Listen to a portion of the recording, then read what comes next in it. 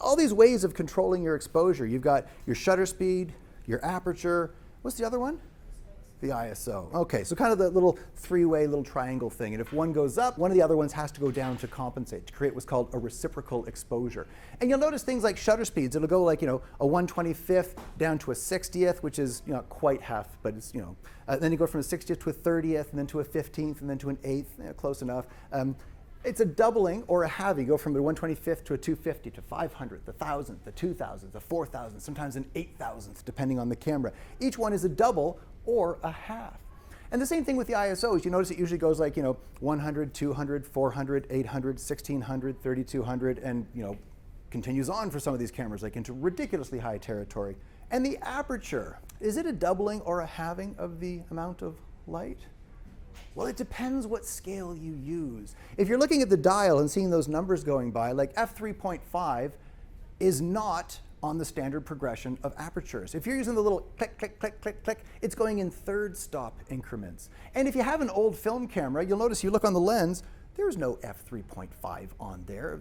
Some of these ones they're basically just made up. They're kind of in between clicks. And on the old films, there were still 2 clicks in between. From like 4 to 2.8, it was like 2.8, click, click, 4, click, click, 5.6, click, click, 8. And you would say like, 2/8 and a third, 2/8 and 2/3, f4. The numbers came in the digital realm, and it kind of threw off that triangle, that reciprocal nature of changing exposures. Let's say you're taking a picture of a flower, and you want to get the flower in focus, but you want everything behind it to be out of focus. So you say, okay, I've got a beautiful flower, and there's a bunch of flowers behind, and they're all in focus as well. I'm at f16.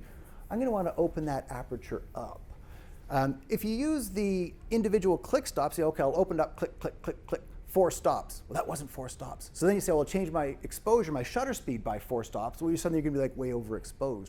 So let's talk about that standard progression of apertures, but let's also talk about how that came to be. First off, we call them f-stops. You've, I hope, heard that term before? Okay, let's talk about that. Apertures and f-stops. See what I did there? F-stop. Anyway.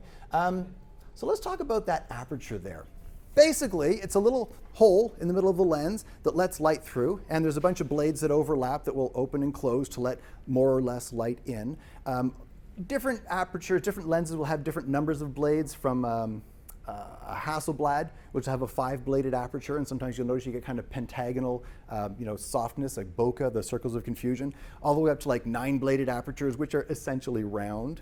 But that F number, basically, it's a fraction of the focal length of the lens. So if you have a 100 millimeter lens and you're shooting at f1, and there are lenses that go to f1. In fact, there's been f.95 lenses, and there's been wider ones than that. But if you're shooting at f1, that aperture would be 100 millimeters across. It's 100 divided by 1, 100 millimeters. And that would give it an area of, let's say, 8,000 square millimeters. All right, so that's a lot of light pouring in. Some people say to think of it as like a bucket with a hole in it, and how long does it take to drain the bucket? Or water falling in, how long does it take to fill the bucket to get a proper exposure? Basically, the bigger the hole, the faster things can happen. So you can play around with that shutter speed. If you're shooting at 2.8, you're taking that 100 millimeters, dividing it by 2.8, so it would have a diameter of 35.7 millimeters, which would be around 1,000 square millimeters. And at f90, and you're like, no lens goes to f90. Well, in fact, there are some that do. Has anybody ever done like medium format photography, like 4x5, 5x10? Sorry, large format? I mentioned I'm like really old, and when I was in college, all of our studio stuff was done on a 4x5 camera, which is that like accordion thing where you put a cloth over your head. And at 4x5, remember there's the multiplier on your lens there. Like at 4x5, a normal lens for 35 millimeter would be like 50, 55 millimeters. For 4x5, it's 150, 210 millimeters. When you get into 8x10, it's even longer. And those apertures, they get comparatively small because it's a fraction of the focal length. So the longer the focal length, the same size aperture on a 24 millimeter lens, when you're this far away from the film, that is a really big hole. When you're this far away from the film, that's a really small hole. It's projecting out onto a very large area.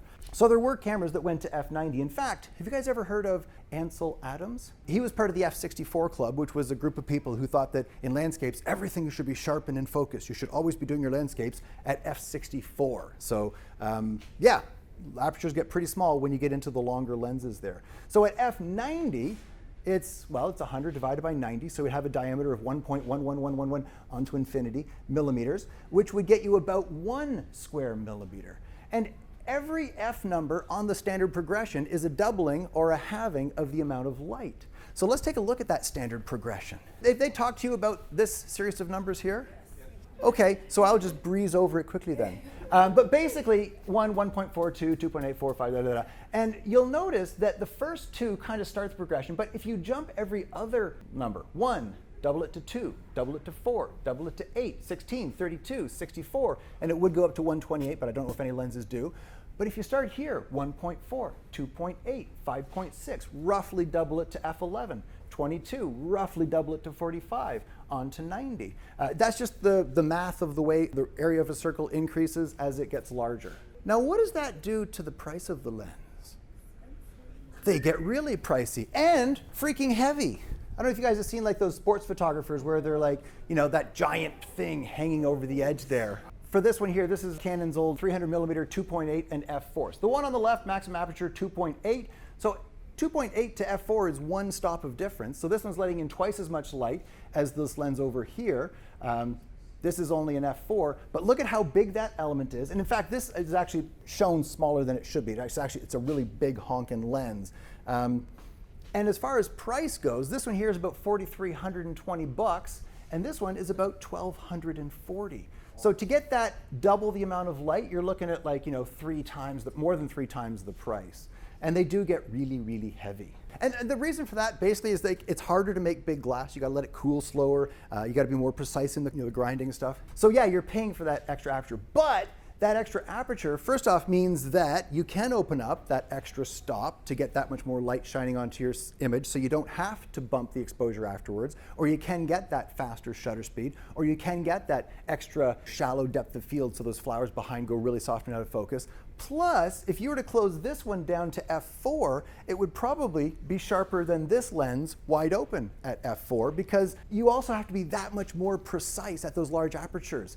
If you're only going to use this much of the lens, well, that's all the lens that you manufacture, and if you have to design it to be sharp at really wide open, well, you got to be really precise across that whole surface, which means if you do close down to that f4, it's going to be sharper than this one here would. So some people will also buy super large aperture lenses and use them always stopped down to like 5.6 or f8 just to get that extra sharpness over the smaller aperture version of itself.